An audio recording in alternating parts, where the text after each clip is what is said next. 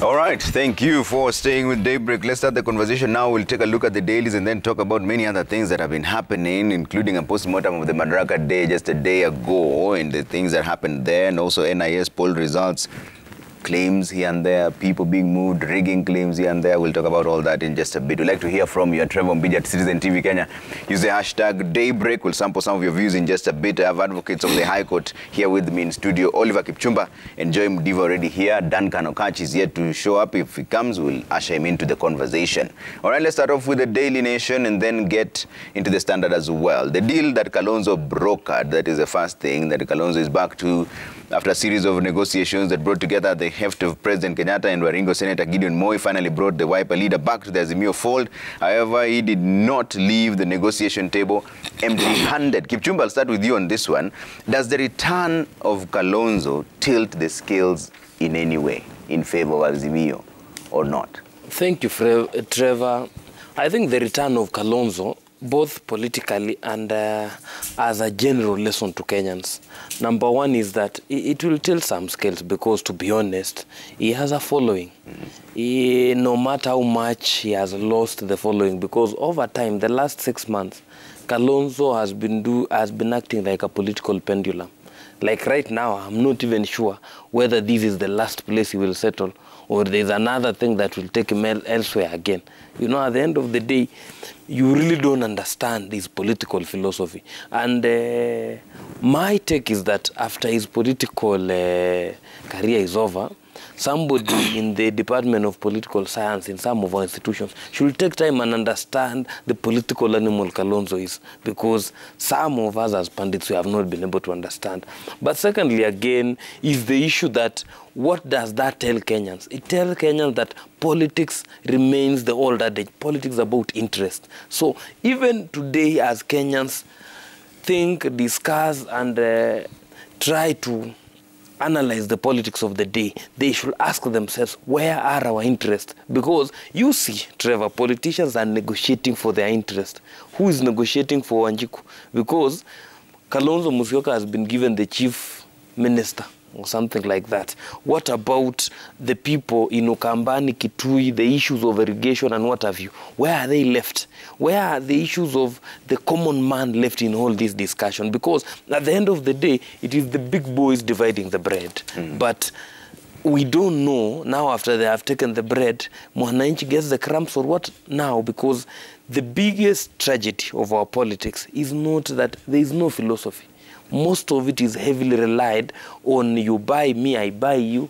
Because look at the deal Kalonzo brokered.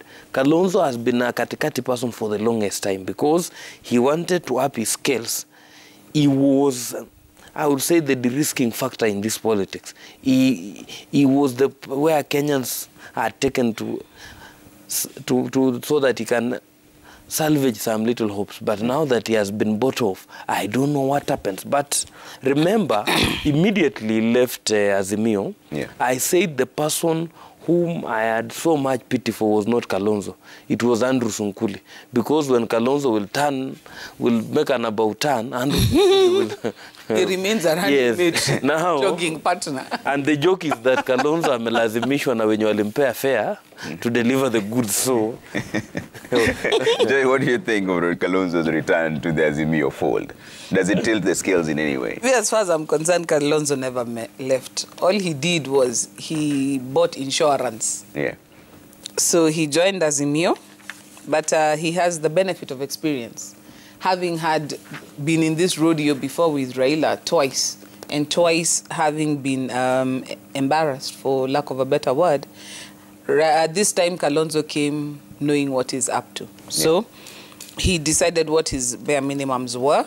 He made his intentions known.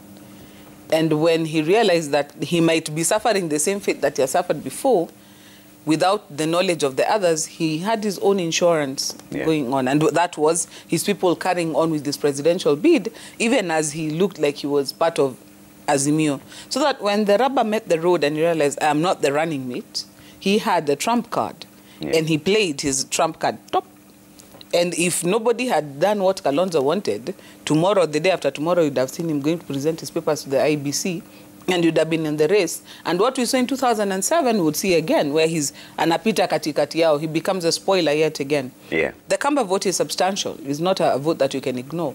And he knew in this particular dance, whoever he chooses to dance with has the benefit of being, you know, of embracing the Kamba vote. Yeah. And so he knew that he'll get to a place where what he asks is what he got. Yeah. He'll get. So now that he missed out on deputy president, I was like, okay, fine, not a problem. But you know what, yeah, that chief minister of yours, I'll take it, yeah. but I'll also take this as well. Yeah. Azimio at that point surely had nothing to do but just to say, okay, fine, where do you want us to sign? And you must give it to him. As watermelony as he is, this time he drove a hard bargain. Yeah. Whether it pans out for him or not, I don't know. But you got to give him kudos for some strategy. He didn't go into this just, you know, neither here nor there. Yeah. Kipchumba seems to disagree. You don't think it's a long-term strategy?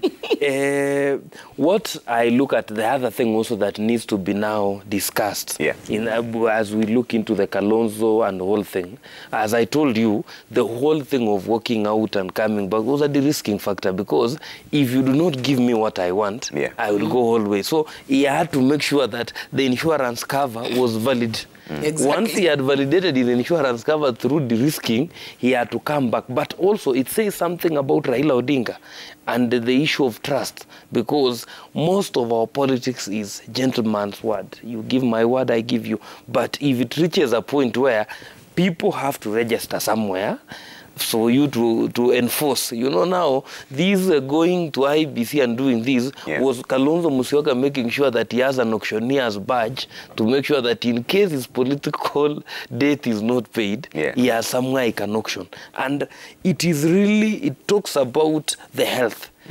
And the whole morals in our politics, whereby there is so much deceit in the political space that people have to go so low. This is not what was envisioned in the Constitution 2010. And the other thing I can tell you today, Trevor, going to the future, in the coming election after 2022, you will have to name your cabinet before we go to the real polls. That is what I have learned. You saw the deputy president has said, I'll give 10 slots to women. Raila Odinga has already named a partial part of his cabinet. So going to the future elections, people will be asking, what are you giving us?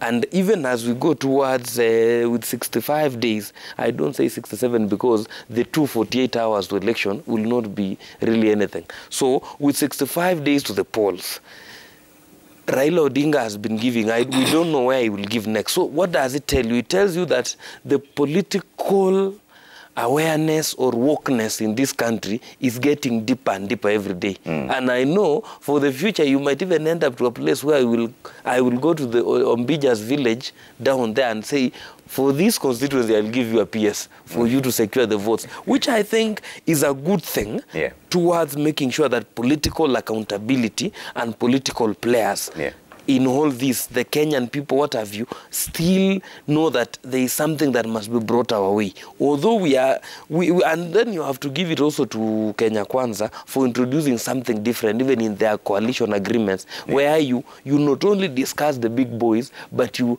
percolate it down to the people in the villages that we will make 3,000 kilometers of tarmac. And it is good because in this next election, if Kenya Kwanza, for example, wins and they do not deliver the 3,000 roads to Western people, they have a basis of saying, we cannot elect these people because there is an auditable way. But these promises of I'll give you chief minister, we remember the 202, the NAC summit, and the whole problem of having Kina Kipruta Kirua being the deputy prime ministers and something. So at the end of the day, the other things that are dangled to Mwananchi are a bit tangible, because if you do not do it, you will come to us again. So I think whatever, we are moving in the right direction, although with a lot of ukora, but we are heading the right direction. Yeah, but Joy, do you see a potentially embarrassing situation whereby it's true that the One Kenya Alliance, Azimio Umoja, somehow partially mentioned their cabinet slots, but one of them was moving to their deputy president designate, Martha Karua, also as the constitutional affairs cabinet minister. When it gets to the point where you're a deputy president, if they win, and then the parliament doesn't approve you as the ministers. Then what happens? Isn't that a potentially embarrassing situation then? Because somehow the parliament still has to vet them. It's not even embarrassing. It's impossible. As long as you're deputy president, you cannot be a substantive cabinet minister. You sit in cabinet, but you do not sit as a cabinet secretary with the docket. So I chalk that down to enthusiastic speech writers and, the heat of the moment. The last glory moment of Martha was when she was constitutional minister. So let's make her justice minister yet again and just relieve the old hoo-ha. But when the rubber meets the road, if she ascends to become deputy president, she cannot become a cabinet secretary. So it sounded very nice, but if the rubber meets the road, she won't even get to vetting because that's off the cards, quite frankly. Is that your reading as well? I know people are legal minds here, so let's hear this. No. When actually, Joy has just told you what the black and white of the law. When you read Article 147(4), it says the deputy president shall not hold any other state office. Yes, so it is just as white as that, because at the end of the day, we assume the role given to the office of the deputy president by the Constitution is enough in itself. So what other role can you play? And secondly, Trevor, even we are assuming that even if that was to happen, in this dispensation, where you have the Attorney General and the Department of Justice, what will be the role of a justice minister? At times, we really need to help each other and shed some light in political cobwebs, because some things are just...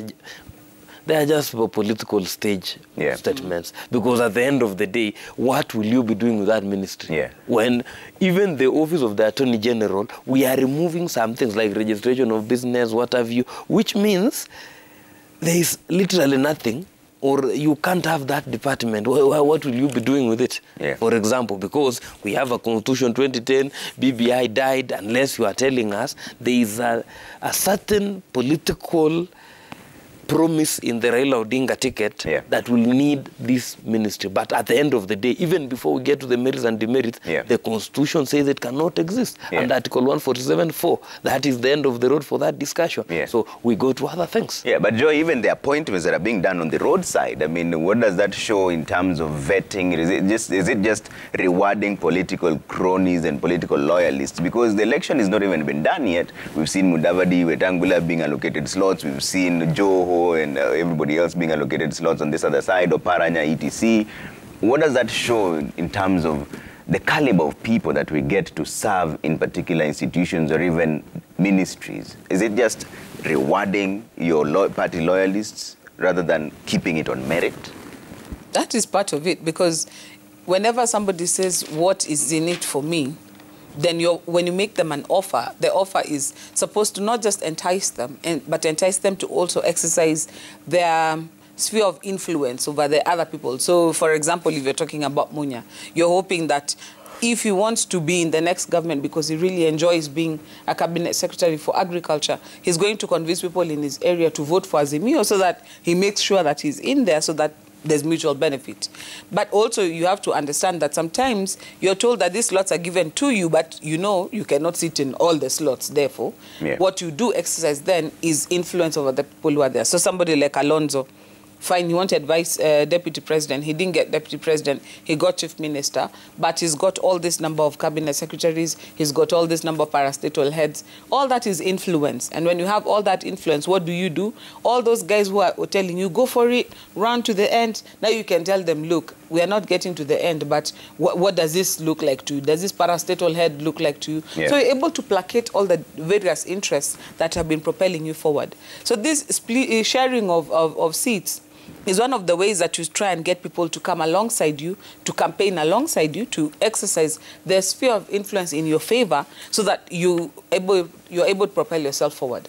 That said, once somebody is in office and they are the substantive office holder, then the story changes, because at that point now, you are the appointing authority. At that point, we are not negotiating as peers or as contemporaries. Now I am head of state and you are still Trevor. So I will tell you what I think at that point and tell you, maneno ilikuwa mingi and this is what we have. And I think that's why you find somebody like Kalonzo doesn't just want, don't just give me the words. He wants it written somewhere in blood. He Yeah. wants it signed somewhere in blood, because he knows very well that once people ascend to power, things become very different. Now, in 2007, Kalonzo was smart in that he entered into his negotiations post-election. The 2 times when he's entered into negotiations pre-election, it hasn't worked out for him. So you can understand why he's antsy. But this custom of dishing out the seats beforehand is one of the ways of getting people to campaign with you. But after the election is also done, is also a way of consolidating your influence, so that you tell them, look, I live to my end of the bargain. Why don't you go with me to the end of this journey? Because look at somebody, for example, like William Ruto. He has to look at this in the light of, if I'm to get a second term, what base do I need to keep consolidated? So he's not just looking at 2022, he's looking at 2027. Same thing with Kalonzo. He's looking at having himself strategically positioned so that in 2027, I have these few positions, but these few positions guarantee me a foot in the door come the future. So that's why most of these people will start negotiations now. But after somebody substantively takes the office, things change. And Kipchumba, shouldn't it be based on merit rather than rewarding your party loyalists? You know, Trevor, when we sit here, we discuss abstract politics. But practical politics demands, and the nature of times, political times, demands some tact. How to get to office is political. Staying in office, you need so many other skills, management, what have you. So in between, you have at times to understand these gentlemen, because what will they do? Number 2 is that you have to understand also from the Constitution, chapter 9, on the powers of the president. These promises Raila Odinga is making, or William Ruto, you cannot take them anywhere, even if it was to be written on the sky, on top of KICC, that Kalonzo will be chief minister and Raila Odinga wins power today. He can even put Trevor Ombija. There is nothing you will do, because the power to appoint a cabinet secretary resides with the president. The rest is just political bickering, and it is just political showmanship, because at the end of the day, these are just promises. There is nowhere you can cash in a promise. You can either take it to an M-Pesa shop or a bank somewhere. So what you have to do with it depends on the sincerity and the goodwill of the giver. And we know some of these givers have refused to honor even paying money to coalition partners. If Raila Odinga did not pay money to ANC, and that, how will he honor a chief minister position? At times, the honesty test fails me, because if today, Trevor, you have refused to give me a page you promised me, or a pull-out in a newspaper, will you give me land? We have promised each other we will get outside the gate. So at the end of the day, and that is why you see the shuffling in the political space, is because there are very few people in our political space who can be trusted. There are very few people who are men and women of virtue. There are so many con men around there. So at the end of the day, you see people have to dish positions. But again, what at times when I look at, for example, with the Raila's cabinet, there is nothing new. It means it is a continuation of Uhuru Kenyatta. Because if Munya is the Minister of Agriculture, I am a farmer. The price of fertilizer and the price of the output from the farm, which is the maize, do not match up. So why will I go and vote for Raila Odinga, for example? Because it really expands and tells us who the owner or the person at the helm of the ticket thinks about us. Because if, for example, today I live in Mombasa, I'm a resident of Mombasa, I have been served by Joe, for example, and I know it will tell me whether I'll vote for ODM, because Joe will be my next Minister of Lands. And if Joe was an excellent performer or a mediocre governor, I will have a place to judge. So at the end of the day, it is helping us illuminate in the personalities of the future.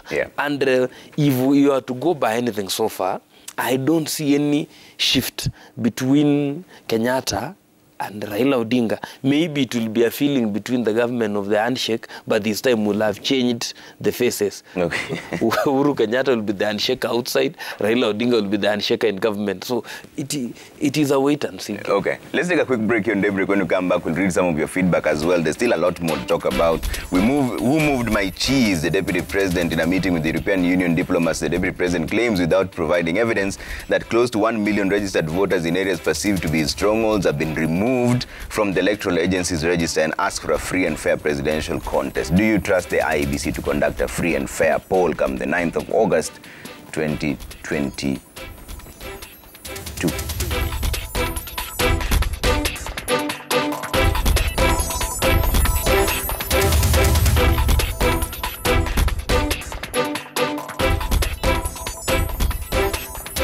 60%, well, Deputy President says according to his report, there's an 8 percentage point difference. Who's fooling who? That right after this break.